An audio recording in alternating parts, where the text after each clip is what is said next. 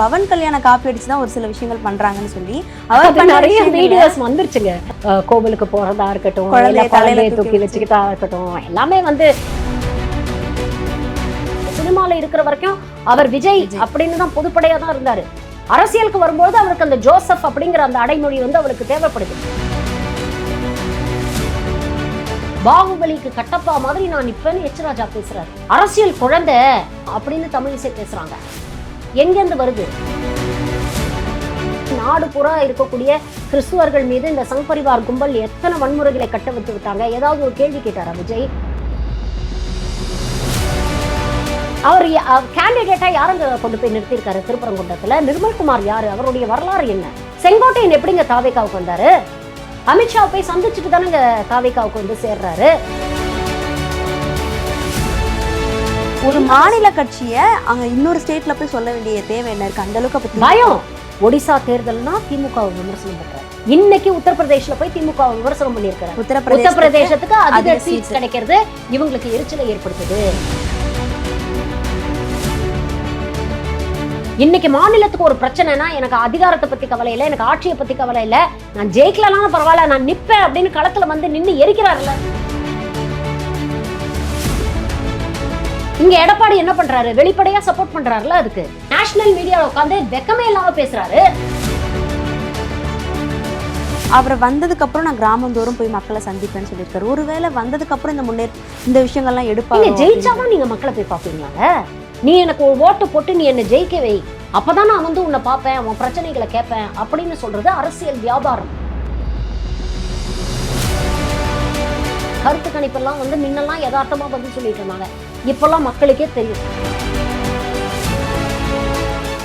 From customers to real brand ambassadors, 21,000 plus stories by Gen Housing. Kumudam reporter நேயர்களுக்கு வணக்கம். இன்று நாம் சந்திக்க இருக்கிற சிறப்பு விருந்தினர் மருத்துவரும் அரசியல் விமர்சகருமான திருமதி ஷர்மிளா அவர்கள். வணக்கம் மேடம். வணக்கம் தோழர். எப்படி இருக்கீங்க? நல்லா இருக்கேன். நீங்க எப்படி இருக்கீங்க? சூப்பரா இருக்கேன் மேம். ஓகே மேம், நீங்க பேசிட்டு இருக்கப்ப சொன்னீங்க திமுகவோட தேர்தல் அறிக்கையை காப்பி அடிச்சுதான் விஜய் வந்து நிறைய அறிக்கைகளை வந்து கொடுத்துருக்காரு அப்படின்னு சொல்லி. ஆனால் இன்னும் ஒரு சிலர் என்ன சொல்கிறாங்க அப்படின்னா, திமுக அறிக்கை ஒரு பக்கம் இருந்தாலும் இவர் பவன் கல்யாண காப்பி அடிச்சு தான் ஒரு சில விஷயங்கள் பண்ணுறாங்கன்னு சொல்லி நிறைய வீடியோஸ் வந்துருச்சுங்க. நிறைய வீடியோஸ் இவர் வந்து கோவிலுக்கு போகிறதா இருக்கட்டும், குழந்தைய தூக்கி வச்சுக்கிட்டா இருக்கட்டும், எல்லாமே வந்து எல்லாத்துக்குமே ஒரு பிரசிடென்சி. நான் வந்து அவ்வளவு தூரம்லாம் போய் கூட இதெல்லாம் கூட ரொம்ப மேலோட்டமான கிரிட்டிசிசமாக எனக்கு தோணுது. அது அதனுடைய என்ன சொல்ல வராங்கன்னா, அவரும் பிஜேபி போய் இணைஞ்சிட்டாரு, அம்பேத்கரை வந்து அவரும் வந்து கொண்டாடினாரு, பேசினாரு. காலத்துல கம்யூனிஸ்ட் சித்தாந்தங்கள்லாம் ரொம்ப தீவிரமா பேசினவர், ஷெகுவராவெல்லாம் தூக்கி வச்சு கொண்டாடினவர் வந்து இது நம்ம பார்த்துருக்குறோம். பவன் கல்யாணம் அப்படிதான் இருந்தாரு. அதுக்கப்புறம் எப்படி இந்த பொதுவாக சொல்லுவாங்க, நான் எந்த ஒரு மதத்தையும் வந்து டார்கெட் பண்ணியெல்லாம் நான் சொல்லலை. ஆனால் அந்த திடீர்னு மத மாற்றம் பண்ணவங்க பாருங்களேன், ரொம்ப தீவிரமாக அந்த மதத்தை பற்றி ரொம்ப பேசுவாங்க, ரொம்ப ரொம்ப ஒரு வெளிப்படையாக சில விஷயங்கள்லாம் பண்ணுவாங்க. அந்த மாதிரி இந்த திடீர்னு சங்கியாக மாறினவங்களாம் பார்த்தீங்கன்னா பயங்கர தீவிர கடைஞ்செடுத்த சங்கிகளாக இருப்பாங்க. உதாரணத்துக்கு நம்ம ஊரில் வந்து குஷ்புலாம் நீங்கள் எடுத்துக்கிட்டிங்கன்னா எந்த அளவுக்கு தீவிரமாக பெரியாரசம் பேசுகிறாங்களோ இன்றைக்கி அந்த அளவுக்கு அதை விட பயங்கர தீவிரமாக சங்கி ஐடியாலஜியை வந்து அவங்க பேசிக்கிட்டு இருக்கிறாங்க. தீவிர சங்கியாக வந்து ஒரு பயங்கர முரட்டு சங்கியாக இருக்காங்கல்ல, அந்த மாதிரி பவன் கல்யாணம் வந்து ஒரு காலத்தில் வந்து இதெல்லாம் பேசிட்டு ஒரு முரட்டு சங்கியாக மாறினவர் தான். ஸோ விஜயோடைய அந்த டிரான்சிஷன் வந்து எப்போ நடக்கும் அப்படிங்கிறத பொறுத்து இருந்து நம்ம பார்க்கணும். அதில் அந்த கிரிட்டிசிசமில் வந்து வேலிடிட்டி இருக்குது. நம்ம வந்து அப்படியே வந்து அதை சும்மா மேலோட்டமாக அப்படி கடந்து போயிட முடியாது. நீங்கள் யோசிச்சு பாருங்களேன், ஒரு சிறுபான்மை சமூகத்தை சேர்ந்த ஒரு மிகப்பெரிய ஒரு ஆளுமை கொண்ட, இவ்வளோ கவர்ச்சி கொண்ட ஒரு ஸ்ட்ராங்கான இளைய தலைமுறையை ஈர்க்கக்கூடிய ஒரு தலைவராக விஜய் இருக்கிறாரு. அவர் கிறிஸ்டியனுங்க, அவர் ஒரு மைனாரிட்டி சமூகத்தை சேர்ந்தவர். அப்படிப்பட்டவரை ஜோசப் விஜய்னு ஆரம்பத்தில் அடையாளப்படுத்தி விமர்சனம் பண்ணது பாஜக. ஆனால் இன்னைக்கு தேர்தலில் நிற்கும் பொழுது ஜோசப் விஜய்னு அவர் தன்னை அடையாளப்படுத்திக்கிறாரு. சினிமாவில் இருக்கிற வரைக்கும் அவர் விஜய் அப்படின்னு தான் பொதுப்படையாக தான் இருந்தார். அரசியலுக்கு வரும்போது அவருக்கு அந்த ஜோசப் அப்படிங்கிற அந்த அடைமொழி வந்து அவருக்கு தேவைப்படுது. அப்படி ஒரு தன்னை அடையாளப்படுத்திக்கக்கூடிய ஒரு சிறுபான்மை சமூகத்தை சேர்ந்த தலைவரை பாஜக சும்மா விட்டுருக்கிறா மற்ற மாநிலங்கள்ல? யோசிச்சு பாருங்க. அப்போ பாஜக இதெல்லாம் வேடிக்கை பார்க்குது, சும்மா இருக்குது. விஜய் அப்படிங்கிற ஒரு செடியை வளர விடுதுன்னா அதுக்கு என்ன காரணம்? இதெல்லாம் நம்ம யோசிச்சு பார்க்கணும்ல. இப்போ கரூர்ல நடந்த சம்பவத்துக்கு 41 பேர் இறந்து போயிட்டாங்க. 41 ஹிந்துக்களை வந்து ஒரு சிறுபான்மை சமூகத்தை சேர்ந்தவன் பாருங்க. இந்துக்களே உங்களுக்கு ஆபத்து அப்படின்னு சங்கிகள் களத்தில் குதிச்சிருக்க வேண்டாமா? மாறாக என்ன பேசுனாங்க? பாகுபலிக்கு கட்டப்பா மாதிரி நான் நிப்பேன்னு எச் ராஜா பேசுறாரு. அரசியல் குழந்தை, அவங்க எங்க கூட வந்தா கை பிடிச்சு நாங்க வழி நடத்துவோம் அப்படின்னு தமிழிசை பேசுறாங்க. எங்கேருந்து வருது? எங்கேருந்து இந்த கருசுணம் வந்து விஜய் மேல வருது அப்படிங்கிற ஒரு கேள்வி நம்ம கேட்கணுமா இல்லையா? ஜனநாயகம். அதே மாதிரி விஜய் தரப்புலையும் நீங்க எடுத்துக்கங்களேன். இப்போ நீங்க இவ்வளோ பிரச்சாரம், இப்போ மற்றவங்கெல்லாம் வந்து ஒரு தேர்தல் பிரச்சாரம் பண்ணா உடனே ஆன்டி ஹிந்து பாருங்க, எங்கேருந்து இவங்களுக்கு இவ்வளோ செலவு பண்றதுக்கு வந்து ஃபண்டு வருது, உடனே அர்பன் ஆக்சல் பாகிஸ்தான் ஃபண்டு பண்றான், ஜார்ஜ் சோரோஸ் கிட்டேருந்து ஃபண்டு வருது, இவன் கிறிஸ்துவ கைக்கூலி, கிறிஸ்துவ மிஷினரி, பாவாடை, இப்படிலாம் விமர்சனம் பண்றாங்கல்ல. விஜய் இவ்வளோ செலவு பண்ணி பிரம்மாண்டமா கூட்டங்கள்லாம் நடத்தினார்ல, ஏதாவது ஒரு சங்கி கேள்வி கேட்டானாங்க? கேள்வி கேட்டாங்களா? எங்கேருந்து உனக்கு ஃபண்டு வருது, எந்த மிஷினரி வந்து உன்னை பேக் பண்ணுறாங்க, நீ எந்த ஜார்ஜ் சொரோஸ் கிட்டேருந்து பணத்தை வாங்குற, ஏதாவது ஒருத்தர் கேட்டாரா? அப்போ ஏன் அமைதியாக இருக்காங்க? விஜய் தரப்புலையும் நீங்கள் பாருங்கள், தன்னை சிறுபான்மை மக்களுடைய ஒரு காவலன் அப்படின்னு ப்ரொஜெக்ட் பண்ணிக்கக்கூடிய விஜய், கிறிஸ்மஸை கேக் வெட்டி கொண்டாடக்கூடிய விஜய், அதே கிறிஸ்மஸ் அன்னைக்கு நாடு பூரா இருக்கக்கூடிய கிறிஸ்துவர்கள் மீது இந்த சங் பரிவார் கும்பல் எத்தனை வன்முறைகளை கட்டவித்து விட்டாங்க, ஏதாவது ஒரு கேள்வி கேட்டாரா விஜய்? ஒரு கண்டன அறிக்கையாவது விஜய் கிட்டேருந்து வந்ததா? திருப்பரங்குன்றத்தில் தெரிஞ்சே வந்து காலங்காலமாக இருக்கக்கூடிய ஒரு நடைமுறையை, 600 ஆண்டுகளாக இருக்கக்கூடிய ஒரு நடைமுறையை மாற்றி அமைக்கணும் அப்படின்னு ஒரு வீண் பிடிவாதத்தோட இறங்கி ஒரு சங்கி கூட்டம் வேலை செய்யுது. இங்கே இருக்கக்கூடிய அரசு சரி, we will face the consequences come what may அப்படின்னு தைரியமா சிறுபான்மை மக்களுக்கு ஆதரவா நிக்கிறாங்க களத்துல. விஜய் என்ன பண்ணாரு? யாரா ஏதாவது ஒரு விஷயத்த பேசினாரா? ஏதாவது ஒரு அந்த மக்களை ஆதரித்து ஏதாவது ஒரு அறிக்கை அவர்கிட்ட இருந்து வந்ததா? மாறாக ரொம்ப நடுநிலையான ஒரு சேஃப் அப்ரோச் அவர் வந்து எடுக்கிறாரு அப்படிங்கிறத நம்ம பார்த்தோம்ல. அவர் கேண்டிடேட்டா யாரங்க கொண்டு போய் நிறுத்தியிருக்காரு திருப்பரங்குன்றத்துல? நிர்மல்குமார் யாரு? அவருடைய வரலாறு என்ன? பிஜேபியில ஐடி விங்ல உட்காந்துக்கிட்டு ராகுலை எதிர்த்து அவருடைய சகோதரி மகனையும் வச்சு கொச்சையா பதிவு போட்டவர் தானே அவரு, அந்த நிர்மல்குமார். பொய்ய பரப்பிக்கிட்டு இருந்தவர் தானே சங்கிகளுக்காக. அதுக்கப்புறம் அதிமுகவில் இருந்து இன்னைக்கு பாஜகவுக்கு வந்திருக்கிறாரு. செங்கோட்டையன் எப்படிங்க தாவேகாவுக்கு வந்தாரு? அமித்ஷாவை போய் சந்திச்சுட்டு தானேங்க தாவேகாவுக்கு வந்து சேர்றாரு. இவர் பேசுறாருல்ல ஒவ்வொரு மேடையிலும் மற்றும் பலர் அப்படின்னு சொல்லி அதிமுக என்டிஏ கூட்டணியை வந்து சிறுமைப்படுத்தி கேவலப்படுத்தி பேசுறாருல. மற்றும் பலர்னு அவர் எடப்பாடி மட்டுமா சொன்னாரு? மோடி, அமித்ஷா, அண்ணாமலை போன்றவர்களை சேர்த்து தானே சொன்னாரு. அந்த மற்றும் பலர்ல அவங்களும் தானே அடக்கம். ஏதாவது ஒரு விமர்சனம் அவங்க கிட்ட இருந்து வந்ததா? மாறாக பிரதமர் மோடி என்ன பண்றாரு?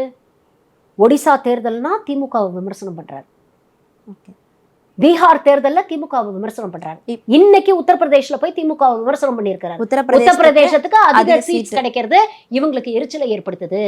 அதனால சமாஜ்வாதி கட்சியோட சேர்ந்து திமுக உத்தரப்பிரதேஷ்க்கு எதிராக சதி செய்கிறது. எங்க மாநில கட்சியை அங்க இன்னொரு ஸ்டேட்ல போய் சொல்ல வேண்டிய தேவை என்ன இருக்கு? அந்த அளவுக்கு பயம். ஏன்னா கொள்கை ரீதியாக திமுக கூட்டணி தான் இன்னைக்கு ஸ்ட்ராங்கா நிக்குது. திமுக கூட்டணியில் இருக்கக்கூடிய தலைவர்கள் எந்த சமரசமும் இல்லாம பாஜகவுடைய கொள்கை அரசியலை எதிர்த்து நிற்கிறாங்க. அதுதான் அவங்களுக்கு பயத்தை ஏற்படுத்துது. தேர்தல் அரசியல்ல வந்து அவங்க எப்படியாவது ஏதாவது திருத்தம் பண்ணி கூட ஜெயிச்சிருவாங்கங்க. ஆனா இந்த கொள்கை அரசியலை வந்து அவங்களால கட்டுப்படுத்த முடியல. இன்னைக்கு மாநிலத்துக்கு ஒரு பிரச்சனைனா எனக்கு அதிகாரத்தை பத்தி கவலை இல்லை, எனக்கு ஆட்சியை பத்தி கவலை இல்லை, நான் ஜெயிக்கலனாலும் பரவாயில்ல நான் நிப்பேன் அப்படின்னு களத்துல வந்து நின்று எரிக்கிறாருல்ல. அந்த டீலிமிட்டேஷன் சம்பந்தப்பட்ட அந்த அமெண்ட்மெண்ட் பில்லை எரிக்கிறார்ல. நீங்க சிறுபான்மையினோட காவலர்கள் அப்படின்னு சொல்லக்கூடியவங்க, மாநில மக்களுக்காக நான் வந்திருக்கிறேன், உங்களெல்லாம் வந்து உங்க எதிர்காலத்தை ஒரு மாற்றம் கொடுக்கறதுக்காக நான் வந்திருக்கேன்னு சொன்ன விஜய் எஸ்ஐஆருக்கு ஏதாவது களத்துல வந்து நின்று போராடினாரா? ஏதாவது ஒரு வேலை செஞ்சாரா? இந்த டீலிமிட்டேஷன் டைம்லயும் ஒரு அறிக்கையை விட்டுட்டு, அந்த அறிக்கையை ரொம்ப லேட்டா தான் வந்தது, கிட்டத்தட்ட 72 மணி நேரத்துக்கு அப்புறம் தான் அந்த அறிக்கை வந்தது. களத்துல வந்து நின்னாரா? இல்ல அந்த அறிக்கையில பாரபட்சம் காட்டுது ஒன்றிய அரசு அப்படின்லாம் வந்து பேசியிருந்தாரு. அததாங்க வெறும் ஒரு அறிக்கையோட நிறுத்திக்கிறாரு. அறிக்கையோட அவருடைய அரசியல் நின்று போயிடுது. மக்களுக்காக ஒரு பிரச்சனைன்னு வரும்போது களத்துல வந்து யாருங்க நிக்கிறாங்க? திருப்பரங்குன்றம்னா களத்துல வந்து யார் நின்னாங்க? கம்யூனிஸ்ட் போய் நிக்கிறாங்க, விடுதலை சிறுத்தைகள் போய் நிக்கிறாங்க, திமுக போய் நிக்குது. டீலிமிட்டேஷன் களத்துல நின்று யாருங்க போராடினாங்க? கம்யூனிஸ்ட் போராடினாங்க, விசிகா போராடிச்சு, திமுக போராடிச்சு. இல்லை இது எதிர்கட்சியில் இருக்கக்கூடியவங்களாம் என்ன சொல்கிறாங்க, அதாவது பாஜகவினர்லாம் என்ன சொன்னாங்க அப்படின்னா, டீலிமிட்டேஷன் பற்றி திமுக கூட்டணி மட்டும்தான் இப்படி பண்ணிட்டு இருக்காங்க, திமுக தான் குறிப்பாக வந்து ஒரு நெரேட்டிவ். ஆமாங்க, மாநில உரிமைகள் பறிக்கப்படுது அப்படிங்கிறத நாம மட்டும் பேசல, தென் மாநிலங்கள்ல இருக்கக்கூடிய எல்லா கர்நாடகா பேசலையா, கேரளா பேசலையா? இன்னும் ஒரு படி மேல போய் சொல்லணும்னா, நாம பேசுனதை விட நமக்காக தேஜஸ்வி யாதவும் பேசுறாங்க, அகிலேஷ் யாதவும் பேசுறாங்க. நியாயமா பார்த்தா இந்த டீலிமிட்டேஷன் வந்து அவங்களுக்குலாம் அது சாதகம். ஆனாலும் ஏன் மக்களுக்காக, தமிழ்நாடு மக்களுக்காக ஏன் பேசுறாங்க? சவுத் இந்தியன் ஸ்டேட்ல இருக்கக்கூடிய மக்களுக்காக ஏன் பேசுறாங்க? நம்ம பிரதிநிதித்துவத்துக்காக அவங்க ஏன் பேசுறாங்க? ஏன்னா நேர்மையான ஒரு அரசியல் அவங்க கையில் எடுக்கிறாங்க, ஒரு ஆரோக்கியமான அரசியலை கையில் எடுக்கிறாங்க. ஒரு ஜனநாயக நாட்டில் எல்லா மாநிலங்களுக்கும் சரிசமமாக ஒரு பிரதிநிதித்துவம் இருக்கணும் அப்படின்னு அவங்க விரும்புறாங்க. உண்மையிலேயே அந்த விஷயத்துல தேஜஸ்வி யாதவோ, அகிலேஷ் யாதவோ, அரவிந்த் கெஜ்ரிவால் அப்ரிஷியேட் பண்ணுவேன் நான்.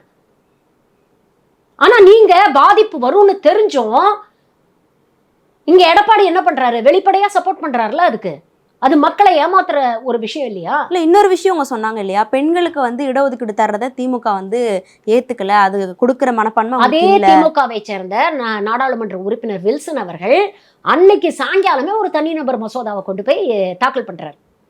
பெண்களுக்கான 33% இடஒதுக்கீட தனியா அதோட சேர்க்காதீங்க, டீலிமிட்டேஷனே ஏங்க கோக்குறீங்க, எதுக்கு கோத்து கொடுக்குறீங்க? இது வேற அது வேற தானே. இப்ப இருக்கிற 540 இதுலயே வந்து 43லயே கொடுக்க வேண்டியது தானே. உங்களால கொடுக்க முடியாதா? உங்களால என்ன பிரச்சனை உங்களுக்கு கொடுக்கறதுல? 2024 தேர்தலையே அதை கொடுத்துருக்கலாமே. 2023லயே மகளிர் இடஒதுக்கீடு மசோதாவை கொண்டு போய் நீங்க நடைமுறைப்படுத்திட்டீங்கல்ல. நடைமுறைப்படுத்திட்டோன்னு பெருமையா எல்லா பெண்கள் எம்பிக்களையும் சேர்த்து வச்சுக்கிட்டு மோடி தானே இங்க போட்டோ எடுத்துக்கிட்டாரு. மோடி தானங்க அதுக்கப்புறம் நடந்த மாநில தேர்தல் எல்லாம் போய் பெண்களுக்கு நாங்க இடஒதுக்கீடு கொடுத்துட்டோம் அப்படின்னு பெருமையா பேசினாரு. இப்போ ஒரு இந்த மசோதாவை வந்து வீழ்த்திட்டாங்க அப்படிங்கிற காரணத்துக்காக நேஷனல் மீடியாவில் உட்காந்து வெக்கமே இல்லாம பேசுறாரு. அதையும் தேர்தல் ஆணையம் வெக்கமே இல்லாம இந்த ஞானேஷ்குமார் வேடிக்கை பார்க்கிறாரு. அதை மாரல் கோட் ஆஃப் கான்டக்டுக்கு எதிரானது அப்படிங்கிறது தெரியாதா? அப்ப நடவடிக்கை எடுக்க மாட்டீங்களா? வெளிப்படையா வெறுப்பு பேச்சு பேசுறாரு. வெஸ்ட் பெங்கால்ல போய் தமிழ்நாட்டை பத்தி விமர்சனம் பண்றாரு, பேசுறாரு. முதல்வர் பிரதமர் பேசுறாரு, அமித்ஷா பேசுறாரு. என்ன நடவடிக்கை எடுக்கிறீங்க? இதெல்லாம் நம்ம கேட்கணும்ல கேள்வி. மக்கள் முட்டாள் இல்லைங்க. அதான் சொன்னேனே, அது ஒரு பழமொழி உண்டு, you cannot fool all the people all the time அப்படின்னு. எல்லாரும் பார்த்துக்கிட்டு இருக்கிறாங்க. மாநில உரிமைகளுக்கான பிரச்சனை அப்படின்னு வரும்போது மாநிலத்துக்கான சரி, இதை விட்டுருங்க. மாநிலத்துக்கு கல்வி நிதி வர வேண்டி இருக்குல்ல, அதற்காக விஜய் ஏதாவது பேசியிருக்கிறாரா? இல்ல களத்துல இறங்கி நீங்க சொல்றீங்கல்ல, குழந்தைங்களை அழுது அடம் பிடிச்சு எப்படியாவது சக்சஸ் பண்ணுங்கன்னு சொல்றீங்களே, அதே குழந்தைங்களை திரட்டி அழுது அடம் பிடிச்சு எங்களுக்கு வர வேண்டிய கல்வி நிதியை கொடுங்க அப்படின்னு கேட்க வேண்டியது என்னங்க ஒன்றிய அரசு கிட்ட? ஒட்டுமொத்த தமிழ்நாடும் நீட்டு வேண்டாம்னு சொல்லுது இல்ல. நாளைக்கு நீங்க ஜெயிச்சா வந்துட்டீங்க வச்சுக்காங்களேன், இந்த குழந்தைங்களெல்லாம் கூட்டிட்டு போய் பார்லிமெண்ட்ல போய் இல்ல மோடி வீட்டு வாசல்ல போய் அழுது அடம் பிடிச்சு உங்களால நீட்டை கொண்டு வர முடியுமா? நடைமுறையில சாத்தியமாது முடியாதுல்ல. எல்லாத்துக்கும் ஒரு ப்ரொசீஜர் இருக்குல்ல. அந்த மாதிரி தானே குழந்தைகளை வந்து அரசியல்ல இன்வால்வ் பண்ணக்கூடாதுன்னு ஒரு ப்ரொசீஜர் இருக்குல்ல. அது உங்களுக்கு தெரியாதா? நீங்க தானே தூய சக்தின்னு கிளைம் பண்ணிக்கிறீங்க. அப்படிப்பட்ட தூய சக்தியான நீங்க சமூக விரோத சட்டத்துக்கு விரோதமான ஒரு செயலை நீங்க எப்படி ஒரு மேடையில வச்சு எப்படி நீங்க குழந்தைங்களை வந்து நீங்க ப்ரொவோகேட் பண்றீங்க? இல்ல, தேர்தல் ஆணையம் நேரடியாகவோ மறைமுகமாகவோ குழந்தைகளை வந்து எந்த விதத்திலயும் யூஸ் பண்ணக்கூடாதுன்னு சொல்லியிருக்காங்க. இந்த விஷயம் நடந்ததுக்கு அப்புறம் இது பேசுபொருளாகியும் எந்த வித நடவடிக்கை? தேர்தல் ஆணையம் அதான் கேட்கிறேன் நான். தேர்தல் ஆணையம் உண்மையிலேயே விஜய் மீது பாஜகவுக்கு வந்து விஜயை எதிரியா பார்க்கக்கூடிய பாஜக நடவடிக்கை எடுத்துருக்குமா இல்லையா? ஏன் எடுக்க மாட்டேங்கிறாங்க? ஏன் வேடிக்கை பார்க்குறாங்க? அப்போ யாருக்கு ஆதரவாக பாஜக களத்துல விஜய் செயல்படுறாரு? இந்த கேள்வியெல்லாம் மக்களுடைய அனுமானத்துக்கே நான் விட்டுறேன். இது மட்டும் இல்லை, கல்விக்கு வர வேண்டிய நிதியை நமக்கு கொடுக்கல, மதுரை எய்ம்ஸ் வரல, விஜய் இறங்கி ஏதாவது களத்துல போராட்டம் பண்ணியிருக்கிறாரா? அதுக்கான ஏதாவது மதுரைக்கும் கோயம்புத்தூருக்கும் மெட்ரோ ரயில் ப்ராஜெக்டை வந்து நிராகரிக்கிறாங்க. ஆனால் பாஜக ஆளக்கூடிய மாநிலங்களில் இந்த விதிவில மீறல்கள்லாம் தாண்டி இந்த ப்ராஜெக்ட்ஸ் எல்லாம் நடைமுறைப்படுத்துறாங்க. இதுக்காக ஏதாவது பேசியிருக்கிறாரா? ஹோசூரில் ஏர்போர்ட் கேட்குறோம்ல, அதற்காக ஏதாவது இறங்கி போராட்டம் பண்ணி பேசியிருக்கிறாரா? ஏதாவது பேசியிருக்கிறாரா? சரி, ஒன்றும் இல்லை, நீங்கள் ரொம்ப நேர்மையானவர், நீங்கள் நடுநிலையாளர்னே வச்சுப்போம். நேற்று தானே நியூஸ் வந்தது, 2வது ஆண்டாக 2 இலக்கு பொருளாதார வளர்ச்சியை தமிழ்நாடு பெற்றிருக்கிறதுன்னு. அதுக்கு காரணம் ஒரு பக்கம் அரசா இருந்தாலும் இன்னொரு பக்கம் தமிழ்நாடு மக்களும் அதுக்கு காரணம் இல்லை. அந்த தமிழ்நாடு மக்களுக்கு ஒரு வாழ்த்து சொல்லி ஏதாவது ஒரு அறிக்கை வெளியிட்டார் அவரு.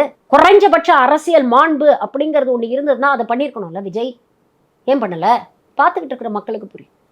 அவர் வந்ததுக்கு அப்புறம் நான் கிராமந்தோறும் போய் மக்களை சந்திப்பேன்னு சொல்லியிருக்காரு. ஒருவேளை வந்ததுக்கு அப்புறம் இந்த விஷயங்கள்லாம் எடுப்பாங்க. ஜெயிச்சாதான் நீங்க மக்களை போய் பார்ப்பீங்களாங்க? அது வந்து உங்களுக்கு ஒரு வியாபாரமா தெரியலையா? நீ எனக்கு ஒரு ஓட்டு போட்டு நீ என்னை ஜெயிக்க வை, அப்பதான் நான் வந்து உன்னை பார்ப்பேன், உன் பிரச்சனைகளை கேட்பேன் அப்படின்னு சொல்றது அரசியல் வியாபாரம். அது மக்கள் பணி கிடையாது. மக்கள் பணிக்கும் அரசியல் வியாபாரத்துக்கும் நிறைய வித்தியாசம் இருக்கு.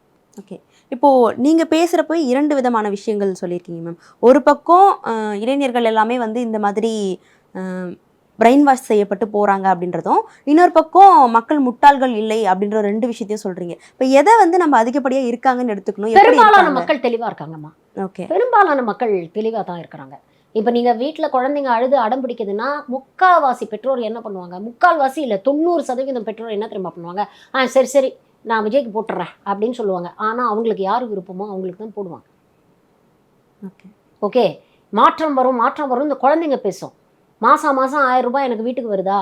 மாதம் என் பிள்ளை காலேஜுக்கு போனால் புதுமை பெண் திட்டத்தில் அவளுக்கு 1000 ரூபாய் வருதா? தமிழ் புதல்வன் திட்டத்தில் அவளுக்கு 1000 ரூபாய் வருதா? நான் முதல்வன் திட்டத்துக்கு கீழே 1500 ரூபாய் வருமா? இதெல்லாம் யோசிப்பாங்கல்ல. இப்போ அடுத்த மாதம் மே மாதத்துல இந்த ஜூன் மாதத்துலேருந்து 2000 ரூபாய் வருமா? அப்போ உடனே வந்துடும். திமுக திரும்ப ஆட்சிக்கு வந்ததுன்னா உடனே அது கண்டினியூ ஆகிடும். அந்த இது இப்போ திமுக இல்லாமல் அதிமுகவோ தாவேகாவோ வந்ததுன்னா என்ன பண்ணுவாங்க? உடனே அதை நடைமுறைப்படுத்திடுவாங்களா?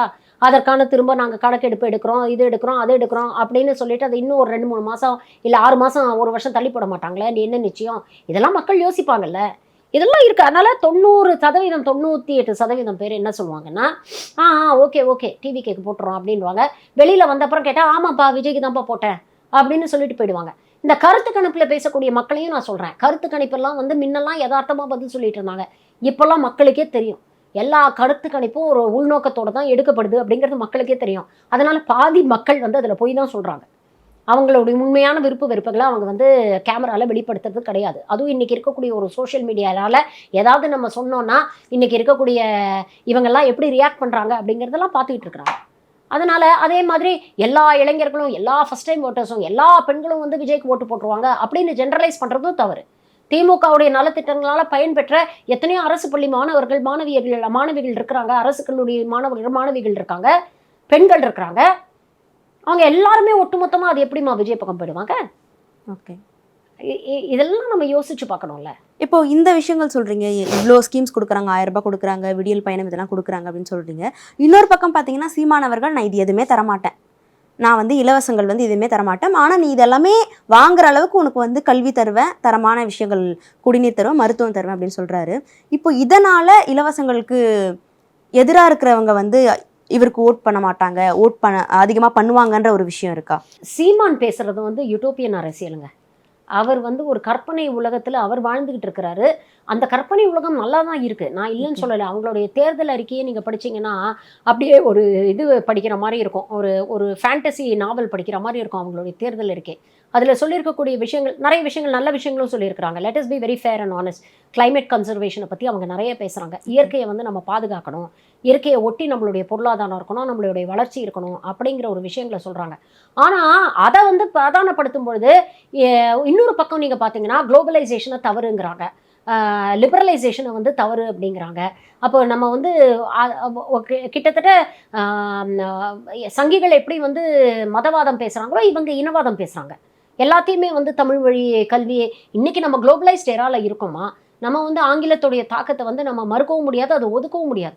அப்படிப்பட்ட இதில் வந்து நான் எல்லாத்தையும் டோட்டலாக வந்து தமிழ்நாடு ஒரு தனி தீவாக நான் மாற்றிடுவேன் அப்படின்னு சொல்கிற அந்த அடிப்படைவாதத்தையும் நம்மளால் ஏற்றுக்க முடியாது இல்லையா? ஸோ ப்ராக்டிக்கல் எக்ஸிக்யூஷன் அப்படின்னு வரும்போது சீமானுடைய தேர்தல் அறிக்கை வந்து it is highly impossible, highly impractical அப்படின்னு தோணுது. அப்படியே அதை நடைமுறைப்படுத்தணும்னா அதுக்கு ஏகப்பட்ட ஃபண்ட்ஸ் வேணும். ஆனால் இவர் என்ன சொல்கிறாரு, நான் கடனும் வாங்க மாட்டேன், இது வரைக்கும் தமிழ்நாடு வாங்கின கடனையும் நான் திருப்பி கொடுக்க மாட்டேன் அப்படின்னு சொல்கிறாரு. இது வரைக்கும் நிறைய நாடுகள் அந்த மாதிரி திருப்பி கொடுக்காம இருந்திருக்கிறாங்க அப்படின்னு கோட் பண்ணுறாங்க. அவங்க சார்பில் வந்து இந்த டிபேட்லலாம் பேசுகிறவங்க வந்து ரொம்ப அடிவாளித்தனமாக பேசுகிறதா நினச்சி பேசியிருக்காங்க.